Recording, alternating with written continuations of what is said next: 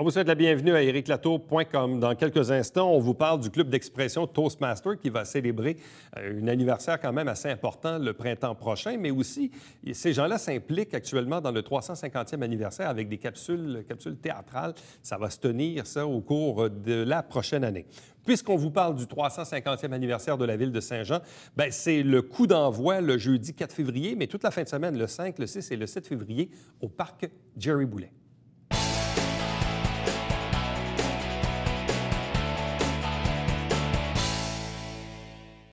Le 350e anniversaire de la ville de Saint-Jean-sur-Richelieu, vous en entendez parler déjà depuis quelques semaines, quelques mois. Et là, le coup d'envoi, il va se donner très, très, très bientôt. Là, c'est dans quelques jours à peine. C'est jeudi, le 4 février, à 17h, au parc Jerry Boulet, ici même dans le Vieux-Saint-Jean. Deux invités pour en parler. D'abord, Mélanie Dufresne, qui est conseillère municipale, notamment dans le Vieux-Saint-Jean, Vieux-Iberville. Bonsoir. Bonsoir. Et également avec Valérie Provost, qui est directrice des opérations et des communications du 350e anniversaire. Bonsoir et bienvenue. Bonsoir, Eric.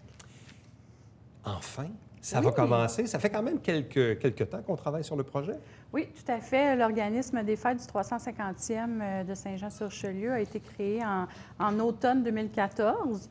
Et puis, il y a eu une année de préparation aux fêtes qui vont débuter là, au mois de février, au début du mois de février, enfin pour souligner cet anniversaire qui est vraiment historique pour la ville de Saint-Jean. Bon, quelle était la volonté du conseil? Quand vous avez commencé à en parler, et là, dans le fond, ça s'est matérialisé sous l'administration actuelle, c'était quoi la volonté à l'égard de souligner le 350e anniversaire de la ville? Oh, c'est de faire rayonner notre région. C'est de faire rayonner aussi le fait qu'on a un historique militaire. On a une richesse patrimoniale. Ramener aussi le sentiment d'appartenance. On investit beaucoup d'argent au centre-ville, donc c'est de ramener le sentiment d'appartenance des citoyens, des organisations, en les amenant en participant dans cette belle activité, de s'approprier le 350e. C'est souvent des moments importants. Moi, j'ai vécu de près le 400e à Québec. C'est de voir ce qui a resté de ça aussi. Oui, il y a eu des festivités durant l'année, ça a amené un paquet de monde, super intéressant, mais ça a laissé des trucs après. Est-ce qu'il y a là aussi une volonté qui, au-delà de l'année qu'on va vivre, qui va rester quelque chose de ça après? Oui, bien, laisser un legs. Il y a certaines activités qui auront peut-être lieu de revenir dans les prochaines années également. Je pense qu'il va y avoir aussi différents trucs qu'on va pouvoir réutiliser dû à l'investissement de l'activité du 350e qui va rester pour les futurs organismes qui veulent organiser des activités pour les citoyens, des activités touristiques et ainsi de suite. Bon, parlons de ce coup d'envoi du jeudi 4 février à 17h au parc Jerry Boulet, donc pas très loin d'ici, dans le Vieux-Saint-Jean. Quelle était l'idée derrière ça, de tenir une fête? Premièrement, c'est à l'extérieur, donc on est en plein air. Oui, on est dans le Vieux-Saint-Jean, c'est un parc. Oui. Généralement, un parc où on est habitué d'avoir des trucs plutôt en été, là, rarement en hiver. D'où est venue cette idée-là? Bien, en fait, c'est sûr que les festivités du 350e, c'est durant toute l'année 2016. Donc, en étant une ville et une province où l'hiver est présent, c'est peut-être un petit peu moins visible aujourd'hui parce qu'il pleut, mais l'hiver fait partie de nous. Donc, on s'est dit, bon, mais tant qu'à vivre avec l'hiver, on va fêter aussi avec l'hiver. Donc, c'est parti de là, de faire une grande fête. Pour le premier événement, la première activité, le coup d'envoi, le 4 février, c'est vraiment une soirée où là, on ouvre les portes de notre site au parc Jerry Boulet aux partenaires, aux collaborateurs. On a la chance d'avoir plusieurs partenaires aux fêtes du 350e. Les festivités sont présentées par Desjardins. On a aussi le soutien de la Banque nationale, de Transdev, de Saint-Jean-Hyundai, de Bell Média, de TC Média, sans oublier aussi le grand soutien de notre grand partenaire, la ville de Saint-Jean-sur-Richelieu. Donc, c'est vraiment une façon pour les partenaires de les remercier un petit peu à l'avance sur les festivités. Et le grand public va être invité, lui, à partir du 5 février, du 5 au 7 février. Mais la volonté aussi de tenir ça au parc Jerry Boulet En fait, c'est le berceau du début du peuplement de notre territoire parce que c'est vrai qu'en 1666, quand le régiment Carignan-Salière est arrivé, a érigé le premier phare Saint-Jean, l'a fait sur le site actuel du Collège militaire. Donc, on est tout près vraiment du début là, du peuplement de notre territoire. C'est vraiment la volonté de tenir le plus grand nombre d'activités où la population, où le peuplement s'est fait. Bien, ce que je trouvais intéressant, parce que c'est au dernier conseil de ville, quand Mélanie Dufresne en a parlé, là, au début, j'ai dit de quoi elle parle? Elle parle-tu d'hibernage? Non. Elle ne parle pas de la fête des mitaines? Non. Dans le temps, on avait même le hockey sur glace. Là, je dis, hein, un truc, l'hiver, au parc Jerry Boulet, je dis, c'est une bonne idée, ça. Oui, c'est une bonne idée. Il faut prendre. C'est vraiment une bonne idée. Ça ne s'est jamais fait. Non. Puis les plaisirs d'hiver, ça le dit bien d'ailleurs. Mais les plaisirs d'hiver, c'est ça. À Montréal, ils font la fête des neiges. Bien, à Saint-Jean-sur-Richelieu, on a hibernage. On a la fête du 350e. On a plusieurs activités qui se passent dans notre région. Il faut le mettre en valeur. Il faut en profiter. On a des infrastructures qui sont super beaux. Pourquoi pas en profiter même l'hiver? Bon, parce qu'on sait, oui, l'été dernier, les gens ont pu reconnecter avec la Fête nationale, la Fête du Canada au parc Jerry Boulet, où il y avait eu une construction là, pendant un certain temps. Donc là, maintenant, le terrain est propice. À quoi ça va ressembler au niveau des installations? Parce que là, les gens ont une idée un peu du parc Jerry Boulet, là, qui est à côté du collège. Mais là, quand on transforme ça, là, premièrement, est-ce qu'il y a beaucoup de neige? Bien là, il n'y en a peut-être pas tant que ça, je ne sais pas. Bien, en fait, on a été chanceux jusqu'à très tard durant l'année. L'année dernière, on se dit, oh mon Dieu, on espère qu'il va y avoir de la neige au début 2016. On a été chanceux. On a eu quand même une ou deux grandes bonnes bordées de neige. On a eu aussi la collaboration de la ville de Saint-Jean qui sont venus nous porter de la neige pour vraiment faire des installations de neige au parc, pour vraiment que ça ait une ampleur là, digne d'un beau site des neiges. Donc, on a plusieurs infrastructures, en fait, qui vont être là. Un phare d'activité pour rappeler toute la thématique du phare Saint-Jean. Donc, un phare d'activité, des buttes de neige aussi. Un grand labyrinthe pour petits et grands. On veut vraiment, comme on disait, ramener les gens à l'extérieur, venir fêter à l'extérieur. On veut fêter. On se demande c'est quand le 350e? Bien, c'est maintenant. On veut fêter à l'extérieur. C'est l'hiver. On en profite. Il y a de la neige partout. Il va y avoir des belles sculptures en neige aussi. Vraiment une belle grande programmation axée autour du plaisir d'être à l'extérieur. Et puis, dans les prochains jours, si on peut avoir juste encore une petite bordée de neige, juste pour venir tout blanchir, tout ça, là, on va être aux oiseaux. Donc, le jeudi soir, 4 février, c'est le coup d'envoi avec les dignitaires, les partenaires et tout ça. Le général Dallaire, évidemment, va être sur place. Effectivement. Il y a aussi le dévoilement de l'autobus à l'effigie du 350e. C'est-à-dire? Donc, c'est-à-dire un autobus qui va être habillé de la tête aux pieds ou du bumper au toit aux couleurs du 350e, qui va sillonner, bien entendu, Saint-Jean, Montréal, dans les heures de pointe régulières pour faire la promotion du 350e. Et tous les autobus vont être munis d'un autocollant 350e là, afin de faire la promotion. Donc, dévoilement de l'autobus à l'intérieur de ce coup d'envoi. Et là, après ça, pour le vendredi 5, le samedi 6 et le dimanche 7, donc début février, là, bien sûr, toujours au parc Jerry Boulet. Donc là, tantôt, on parlait d'activités à l'extérieur, aux couleurs de l'hiver, on peut imaginer tout ça. Au niveau de l'animation. En fait, au niveau de l'animation, le vendredi, on ouvre les portes au grand public à compter de 18 h. Donc, on y va vraiment avec une thématique un petit peu plus spectacle de soirée. Avec la collaboration de la Société de développement du Vieux-Saint-Jean, on a mis en place une programmation vraiment au niveau de spectacle là, qui va pouvoir réunir là, tous les citoyens. Donc, le vendredi soir, on a en premier, on a un groupe à saveur un petit peu plus musique traditionnelle, entrecoupé avec une prestation de cracheurs de feu, toujours à l'extérieur. Et par la suite, on clôture la soirée jusqu'à 23 h avec un DJ qui va venir nous faire danser à l'extérieur. Ça, c'est le vendredi. Ça, c'est le vendredi soir, avec bien évidemment l'autobus que les gens vont pouvoir découvrir et avec les structures qui vont déjà être sur le site. Le samedi, on y va plus dans l'animation familiale. Donc, on invite toutes les familles, tous les citoyens. Il va y avoir de l'animation pour les enfants, des démonstrations de sculptures sur glace, le phare d'activité, le maquillage pour enfants. On va avoir aussi des gourmandises, des petites collations chaudes offertes aux gens. Et par la suite, bien, samedi, on est chanceux parce que ce samedi 6 et ce dimanche 7 février, on a la chance de pouvoir diffuser les parties du Canadien de Montréal à l'extérieur.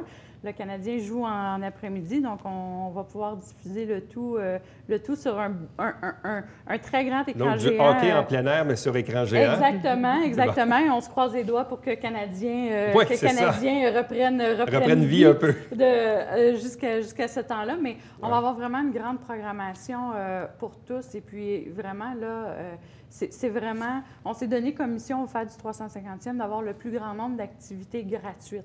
Donc, tout ce qui va être offert durant cette fin de semaine-là, à l'exception des consommations au bar, mais toutes les activités vont être gratuites pour tout le monde. Et durant la soirée du samedi, oui, durant la soirée du samedi, on a un groupe ici, le 8 3/4 Ben, un groupe qui est très connu dans la région ici. Et puis, on a ça en première partie, on a ce groupe-là en première partie. Et le samedi soir, on a vraiment été chanceux parce qu'on a mis la main sur le DJ Robert, un DJ de la relève qui a fait de nombreuses scènes montréalaises durant les derniers mois. Mais il va venir nous faire danser à l'extérieur samedi soir. Et puis, on va avoir aussi de belles projections qui vont être faites à l'extérieur. Donc, vraiment une ambiance de fête. Là, on veut vraiment que ce soit la fête durant toute la fin de semaine. Et pour le dimanche, ça ressemble sensiblement au samedi? Ça ressemble sensiblement au samedi. Le dimanche, on a aussi la diffusion, c'est-à-dire du film La Guerre des Tucs, la dernière mouture, la dernière version de La Guerre des Tucs.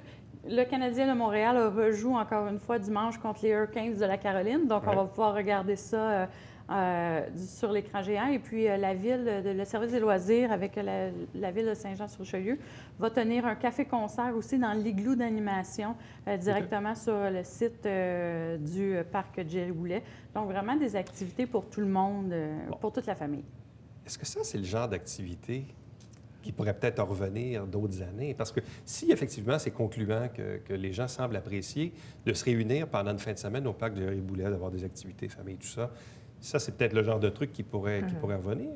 Oui, avoir quelque chose qui ressemble à la fête des neiges, quoi, mais utiliser aussi tout ce qui se passe dans la région, puis l'amener ensemble à faire un événement qu'à toutes les fins de semaine à Saint-Jean-sur-Richelieu, pendant l'hiver, on peut profiter de quelque chose, entre autres le parc. Il ne faut pas oublier aussi qu'il y a la patinoire derrière ce parc-là, que les gens peuvent profiter aussi. Donc, c'est de mettre en valeur nos infrastructures. Et oui, faire revenir de ces activités-là, tout à fait. Bon. Une fois qu'on aura complété donc ce premier week-end de lancement des festivités, d'activités du 350e, qu'est-ce qui va suivre après ça en février, mars, avril, mai, juin? D'ici l'été, qu'est-ce qu'on a d'autre au menu? En fait, on a plusieurs activités qui vont être organisées, qui sont organisées par la communauté, qui s'intègrent à la programmation des fêtes du 350e. Donc, facilement, on peut affirmer là, que dans tous les mois de l'année 2016, il y a quelque chose dans le cadre des fêtes du 350e. Au niveau des fêtes du 350e, notre prochaine grande semaine, si on veut, d'activité va se dérouler au mois de mai, du 14 au 21 mai. C'est vraiment une semaine de découverte du monde militaire. Saint-Jean-sur-Richelieu est vraiment une ville où la présence militaire est là depuis 1666, depuis le tout début du peuplement de notre territoire. Donc, ça va être une semaine de découverte du monde militaire. Mais sinon, là, entrecoupé jusqu'à cette semaine-là, il va y avoir plein d'activités organisées par la communauté. Et toutes ces activités-là se retrouvent dans la section programmation de notre site web à mon350e.com. Donc, là, quand les gens veulent savoir qu'est-ce qui se passe aujourd'hui, qu'est-ce qui se passe dans les prochaines semaines, vont sur le site, vont voir la programmation qui est là. Bon. Vous avez eu aussi quand même beaucoup de projets qui ont été proposés par le public parce qu'il y a eu aussi un appel de projets et on en a vu même ici passer à l'émission. Donc, il y a eu aussi une implication importante de la part de la communauté. Oui, de se réapproprier peut-être la ville et tout ça, le sentiment d'appartenance, mais il y a une implication citoyenne. Oui, on invite les gens à participer. C'est sûr qu'il faut que ce soit des initiatives qui sont autonomes, mais de profiter de la fenêtre de visibilité que le 350e donne. C'est ça, la volonté, là. C'est ce qu'on veut. Alors, s'approprier, s'étiqueter ISO 350 ans, c'est ça qu'on veut. Puis on sait que la promotion, la publicité, c'est quelque chose qui est très difficile pour des initiatives, pour des organisations communautaires. Là, c'est le temps de naviguer là-dessus. C'est le temps de naviguer sur le rayonnement du 350e pour faire de son activité quelque chose d'excitant. Là, on a-t-il encore un projet sur le pont Gouin? Oui. C'est prévu pour quand, ça? Là, en exclusivité, C'est prévu pour le 16 juillet prochain. OK, c'est la mi-juillet, ça. Oui, c'est un souper où on veut dire, où on veut saluer le Pongouin qui fêtera son 100e anniversaire en 2016, mais saluer aussi peut-être Son départ. Son départ par le fait même avec la construction du On va nouveau le couler, pont, c'est ça. avec la construction du nouveau pont qui va Ouais. avoir lieu au courant des prochains mois, des prochaines Ouais. années. Mais c'est vraiment, oui, c'est encore dans les plans. On est Là, c'est en- quoi? Si on ferme le pont, puis on met des tables, puis Oui. c'est ça, oui? Oui, puis vraiment, Comme un bal, vraiment comme un grand rassemblement OK. sur le pont, un événement unique, il faut se le Ah dire. ouais. Là, c'est quelque chose qui. 16 juillet, qui- donc je ne prendrai pas mes vacances dans ce temps-là, juste pour être ici. Ah, mais vraiment, je pense que c'est une des activités où Ouais. on a le plus d'engouement, où on a le OK. plus d'enthousiasme des gens. On aura Il nous reste l'occasion à d'y peaufiner revenir, quelques ouais. détails, là, OK. mais le 16 juillet. Bon, bien, on regarde ça à nos Oui. agendas. Mais évidemment, donc, la première fin de semaine, le lancement, c'est le 4 au soir, mais après ça, le public est invité 5, 6, 7 février. Parc Jerry Boulet, ici même dans le Vieux-Saint-Jean. Donc, ce coup d'envoi des fêtes du 350e anniversaire de la ville de Saint-Jean-sur-Richelieu. Donc, à vous deux, merci beaucoup. Merci. Bonne chance et au plaisir. Merci. Restez avec nous puisque, au retour, on vous parle justement d'activités autonomes, cette fois-ci lancées par le Club d'expression Toastmaster qui fait des capsules théâtrales à l'occasion du 350e anniversaire dans les bibliothèques municipales.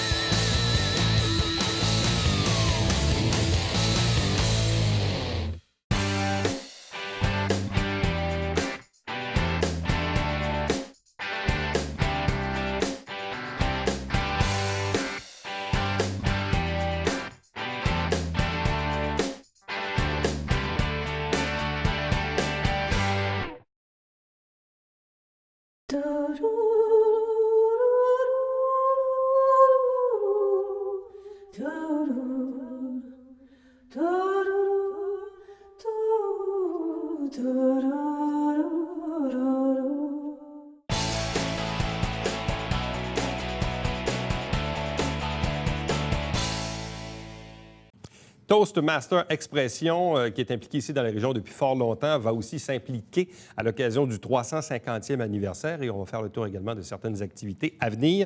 Deux invités pour en parler. D'abord, Isabelle Oligny, qui s'occupe des relations publiques. Bonsoir. Bonsoir. Accompagnée de Jacques Poirier, qui est le président. Bonsoir et bienvenue. Bonsoir, Éric. Alors, que nous réserve 2016 chez Club d'expression Toastmaster? Isabelle? Ça bouge en 2016 pour nous. Tout d'abord, ce qui s'en vient le 14 février, c'est le brunch annuel. Maintenant, on fait un brunch annuel pour amasser des sous pour nos programmes de formation. Donc, le 14 février, à la salle des Chevaliers de Colomb, de 9h à 13h. Les billets sont au coût de 10 $ pour les adultes. 2016, c'est notre année, notre 15e anniversaire aussi. Ça se fête en mai, le fin mai, 29 mai. Le 29 mai, c'est notre 15e anniversaire. Et puis, on participe aussi, on va élaborer des activités dans le cadre des fêtes du 350e de la ville.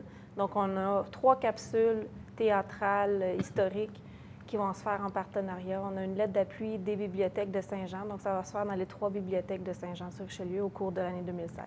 Bon, expliquez-nous peut-être un peu de quelle façon le lien s'est tissé. Bon, oui, c'est les fêtes du 350e. Est-ce que vous-même, vous vous êtes fait une réflexion à savoir qu'est-ce que vous pouviez faire à l'intérieur de ça? Bien, étant donné que la mission d'un club Toastmaster, c'est de développer chez ses membres la capacité de s'exprimer devant un auditoire et développer le leadership, on a pensé à des capsules théâtrales. Et nous sommes déjà très avancés dans la préparation de ces capsules. Le 15 mai, la date est déjà décidée à la bibliothèque Adélard-Berger. Ça va être une capsule, une narration historique et une capsule théâtrale sur 1666, la fondation du Fort Saint-Jean, et 1667, la première paroisse. Au début du mois d'août, dans le cadre des fêtes de l'Acadie, ce sera une autre capsule théâtrale sur la fondation de l'Acadie, évidemment, suite à la déportation des Acadiens, et bien sûr la rébellion de 1837-38, dans laquelle l'Acadie a été très impliquée. Et au mois d'octobre, ce sera une autre capsule théâtrale sur Félix Gabriel Marchand et sa célèbre fille Joséphine d'Endurant. OK. Et on a déjà les 2 premières capsules sont déjà composées. On est en train de peaufiner le texte et on commence à apprendre nos rôles.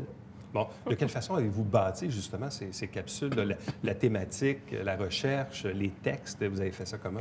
Bien, comme on vient d'en parler, on a fait ça dans l'ordre chronologique de l'histoire de Saint-Jean. Donc, on voulait vraiment débuter avec l'histoire du fort en 1666. On voulait 3 activités parce qu'on voulait les faire dans les 3 bibliothèques.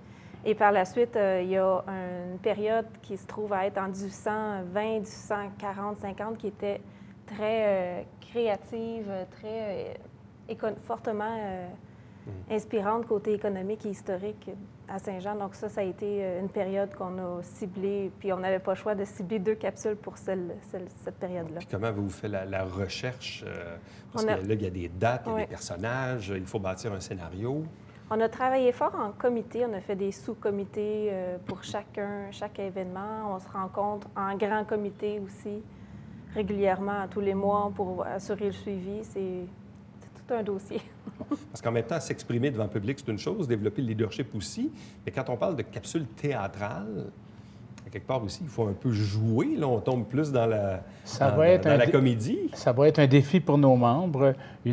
Un autre aspect de la capacité de s'exprimer devant un auditoire et un autre aspect de sortir ou élargir sa zone de confort. Et on a déjà identifié parmi nos membres, parmi nous, des personnes qui vont être les acteurs, les comédiens.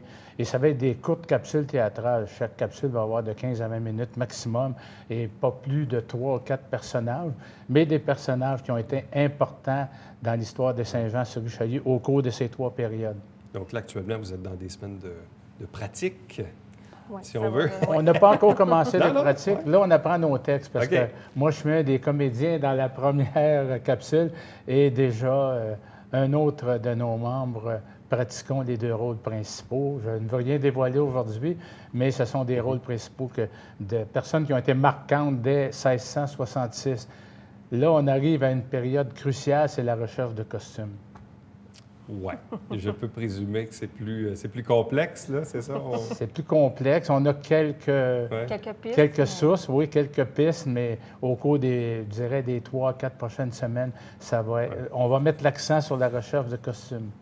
Donc, capsule théâtrale à l'occasion du 350e anniversaire de la Ville dans les 3 bibliothèques. Suivi Donc, d'improvisation, c'est important de le dire. Suivi d'improvisation? Oui. Ouais. Oui, on ne sait pas trop comment est-ce qu'on va l'amalgamer.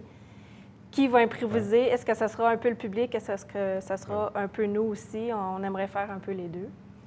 Donc, capsule théâtrale au mois de mai, au mois d'août et au mois d'octobre, c'est bien ça. Oui. Entre-temps, vous avez fait référence tantôt en début d'entrevue que le Club Toastmaster Expression va célébrer donc cette année son 15e anniversaire. Vous allez même avoir, donc vous dites, votre 600e rencontre à la mi-avril. Exactement. Ça a commencé comment déjà, Toastmaster Bien, ça a Expression commencé, aussi?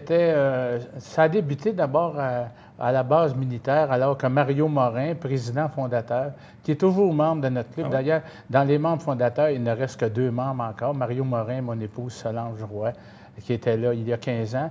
Et il a eu l'idée de fonder un club Toastmasters parce qu'il s'apercevait que beaucoup de jeunes étudiants au Collège royal militaire, beaucoup de militaires avaient des problématiques dans l'expression. Et finalement, c'est devenu un club, je dirais plutôt civil. Il y a eu très peu de militaires, malheureusement, qui en ont profité, bien qu'à la base militaire, il y a beaucoup de formations sur les communications.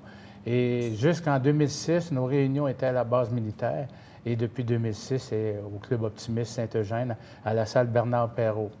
Alors, ça a commencé, c'était une idée de Mario Morin et de mon épouse Solange Roy. Et Toastmaster existe depuis fort longtemps. C'est un mouvement international. Depuis 1924, d'ailleurs, en 2014, nous avons souligné de façon assez particulière le 90e anniversaire de Toastmasters International. Donc, on s'en va vers le 100e dans 8 ans maintenant.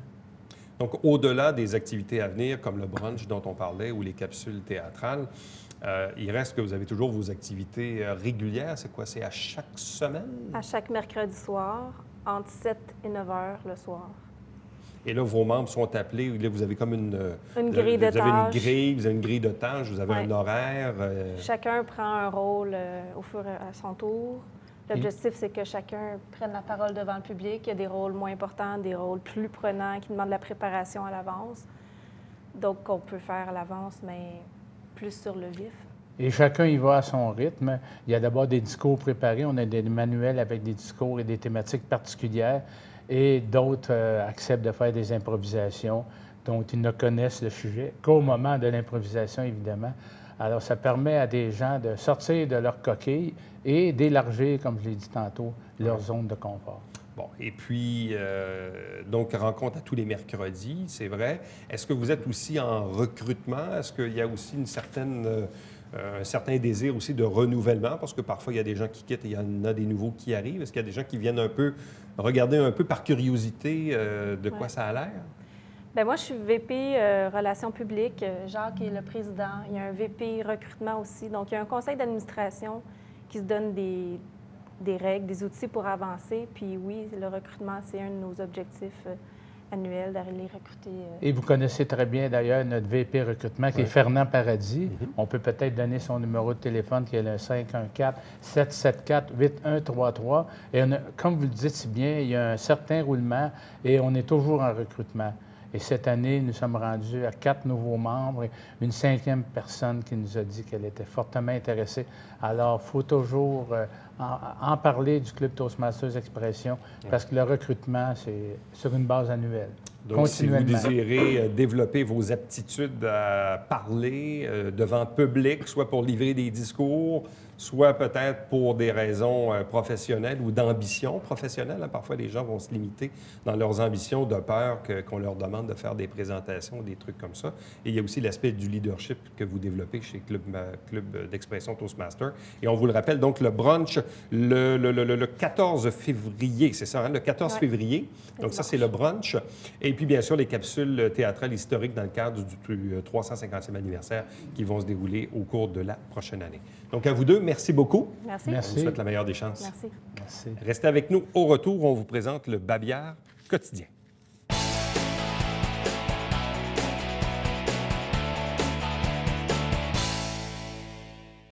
Petit rappel de l'exposition qui est en vigueur jusqu'au 27 février chez Action Art Actuel, ici même sur la rue Richelieu. La traversée Achou-Tecoussé. Donc, c'est super intéressant. C'est des selfies faits par une communauté amérindienne. Donc, allez voir ça. Michel Depaty, qui est l'artiste. À chaque semaine, on vous présente des extraits du Conseil de ville. L'émission s'appelle Saint-Jean-sur-Richelieu, comme vous le voyez en ce moment. Et à chaque dimanche matin, c'est toujours notre traditionnel télébingo avec 3 500 $ en prix, carte pleine à 2 000. Il y a 30 dépositaires dans la région pour acheter vos livrets. Pour avoir la liste, tvhr9.com. À demain. Bye-bye.